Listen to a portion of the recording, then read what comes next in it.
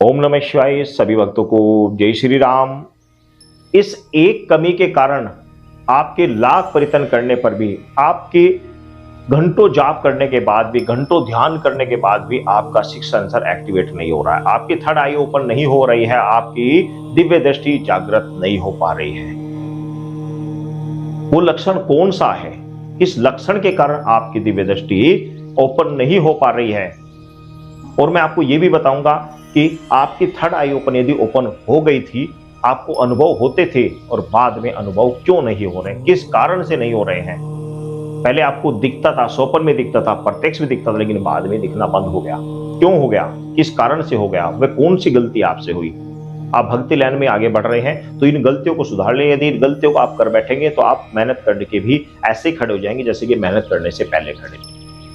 तो सर्वप्रथम तो मैं आपको ये बता दे रहा हूं कि आपकी वो दिव्य दृष्टि आपकी ओपन क्यों नहीं हो रही है, क्या वो कमी है। वो कमी होती है ये कि आप जिस देवता की आराधना कर रहे हैं, आप जिस ईश्वर की आराधना कर रहे हैं, कई बार वो नहीं चाहते कि आपकी दृष्टि खुल जाए, या आपके घर के पितृ नहीं चाहते कि दिव्य दृष्टि आपकी खुल जाए। आप सोच रहे होंगे कि ऐसा क्यों, हम जिसकी आराधना कर रहे हैं वो क्यों चाहेंगे कि हमारी दिव्य दृष्टि ना ओपन हो?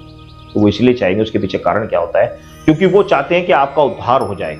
वो चाहते हैं कि आप भक्ति में आगे बढ़ते रहें, भक्ति में आगे बढ़ते रहें और आपका उद्धार हो जाए। मनुष्य का असली कर्तव्य उद्धार का है। लेकिन यदि आपकी थर्ड आई ओपन हो गई तो हो सकता है कि आपके आसपास उस ईश्वर ने, उस परमात्मा ने आपको दिव्य शक्ति दी हुई है जो आपके इर्द गिर्द चलती हो। उनके रूप अनेकों प्रकार के हो सकते हैं। कुछ सुंदर हो सकता है, बहुत ज्यादा अति सुंदर हो सकते हैं जिसको आप देखकर मोहित हो सकते हैं, बहुत ज्यादा डरावना हो सकता है जिसको देखकर आप डर सकते हैं। तो ईश्वर चाहते हैं कि, हो सकता है ईश्वर चाहते हैं कि आपकी थर्ड आई ओपन ना हो। यदि थर्ड आई ओपन हो गई तो आप जो मुक्ति के मार्ग को आप लेकर चल रहे थे, आप उससे वंचित हो जाओगे, आप उसी में डूब जाओगे। आप घबरा कर तो भक्ति छोड़ दोगे, या भक्ति में आप भक्ति करोगे तो आप डर डर के भक्ति करोगे, या फिर बहुत सुंदर आपने कुछ आत्माएं, कुछ देवांगनाएं या कुछ अप्सराएं इत्यादि आपके इर्द गिर्द रहती हैं, उनको आपने देख लिया तो देखकर आप मोहित हो जाओगे। आप जो भक्ति पर करते करते उद्धार का जरिया था वो आपका वंचित हो जाएगा। या घर के पितर नहीं चाहते कि आपकी दृष्टि खुल जाए, कारण कि पितरों की जगह प्रेत बैठे हुए हैं। उन प्रेतों को पता है कि यदि इसकी थर्ड आई ओपन हो गई तो थर्ड आई ओपन होते ही ये क्या करेगा, हमें देख लेगा और हमें जो खाने पीने को जो भोजन इत्यादि मिला करता था वो हमारा सब बंद हो जाएगा। तो घर के पितृ भी कई बार नहीं चाहते, वास्तव में पितृ नहीं, वो प्रेत भी होते हैं। और कई बार पितृ भी नहीं चाहते, क्योंकि पितृ भी ऐसे होते हैं, कई बार वो भी दुष्ट श्रेणी के होते हैं, तो वो भी नहीं चाहते कई बार कि इसकी दृष्टि खुल जाए। और तीसरा एक कारण ये भी होता है कि हो सकता है कि आपके जाप करते करते आपने इतना जाप अभी तक नहीं किया है, इतना ध्यान आपका केंद्रित नहीं हो पाया कि आपकी कुंडली जागृत हो जाए, आपके सिक्स सेंसर एक्टिवेट हो जाए, आपकी थर्ड आई ओपन हो जाए।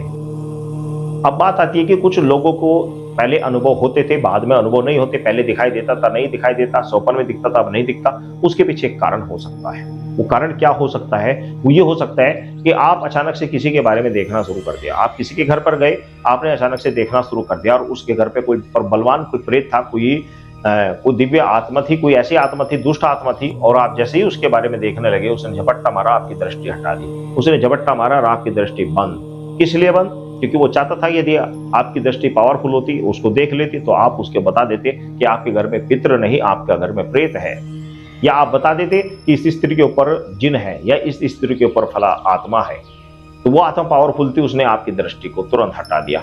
इसके लिए आप जाप करते हैं तो इसके लिए दृष्टि और शरीर की शक्तियों को बंदिश रखना पड़ता है, उनको बांध कर रखना पड़ता है। उनको बंधन कैसे किया जाता है, आप ये भी गूढ़ रहस्य की बात है, ये भी समझने वाली बात है। आप चैनल से जुड़े रहिए, मैं आपको ऐसे ही गूढ़ रहस्य की बातें बताता रहूंगा जो आपने आज तक कभी ना देखी होंगी, ना सुनी होंगी। और इन कमियों को, इन समस्याओं में अक्सर लोग घिरे रहते हैं। जो गुरुमुखी नहीं है वो तो अक्सर उलझे ही रहते हैं। जो गुरु के पास अच्छा गुरु है तो वो गुरु के रहते इन समस्याओं से मुक्त होते रहते हैं, क्योंकि गुरु उन्हें ज्ञान देता रहता है और इन चीजों को हटाता रहता है।